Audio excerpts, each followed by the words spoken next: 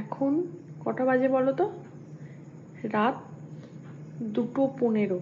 ঠিক আছে, বড়মশাই আমাকে আজকে বিকেল থেকেই বলে রেখেছে আজকে নতুন একটা সিরিজ দিয়েছে, তো সেটা সারা রাত ধরে দেখবে। তার জন্য রাতের স্ন্যাক্স বানিয়ে দিতে হবে। এবার যেহেতু টুইসডে পড়ে গেছে, সেহেতু ননভেজ কিছু করতে পারবো না, তাই ভেজ কিছু করতে হবে। বললাম তাহলে কি? Finger chips. আমি তো তখন জাস্ট বলে দিলাম যে ফিঙ্গার চিপস বানিয়ে দেবো তোকে। আমি ভাবলাম ও বোধহয় ভুলে যাবে, কিন্তু ও ভোলেনি। আমি তাও ওকে বললাম ভালো লাগছে না, ভালো লাগছে না, সারাদিন তো কাজ করি।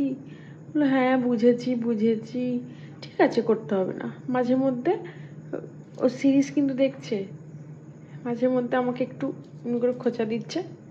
এ বলছে বললাম কি হলো বল?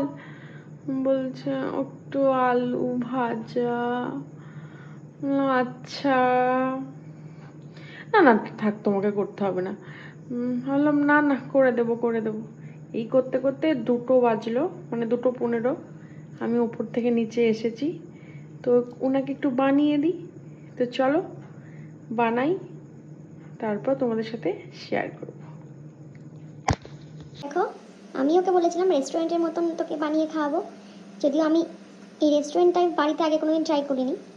অন্যরকম আলু ভাজা করেছি, কিন্তু ওই যে ফিঙ্গার চিপ যেটা রেস্টুরেন্টে দেয় সেরকম করিনি। তো আজকে ট্রাই করলাম, জানি না কেমন হবে। হওয়ার পর তোমাদেরকে জানাবো, আর ওর রিয়াকশানটা কী সেটাও তোমাদের দেখাবো, ঠিক আছে?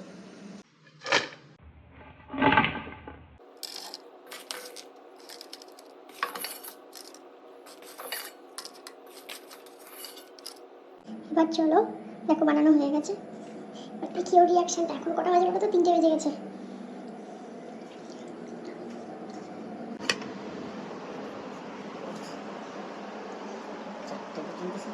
কি বল? হ্যাঁ 4টে না 3:15 তোর জন্য। কত খাটনি করে নিয়ে এলাম। সস না সসে পেঁয়াজ আছে না? খেয়ে বল কেমন আছে। দেবি? ও তো খাবে, আমিও ছাড়বো না।